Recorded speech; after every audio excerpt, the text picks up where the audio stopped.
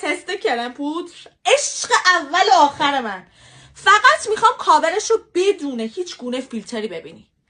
یعنی ببین انقدر روی پوست سبکه انگار هیچی رو پوستت نیست، فقط کاور رو ببین چقدر خوبه.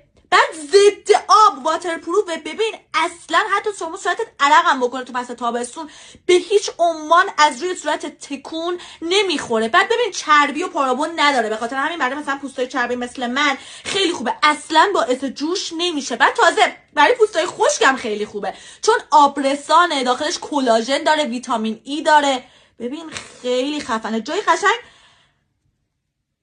چی بودین؟ اسم اینو یادم رفت، زیر چشم زدن چی بود؟ جای همونم میتونی عمل کنه. خیلی خفنه. میبینین کاورشو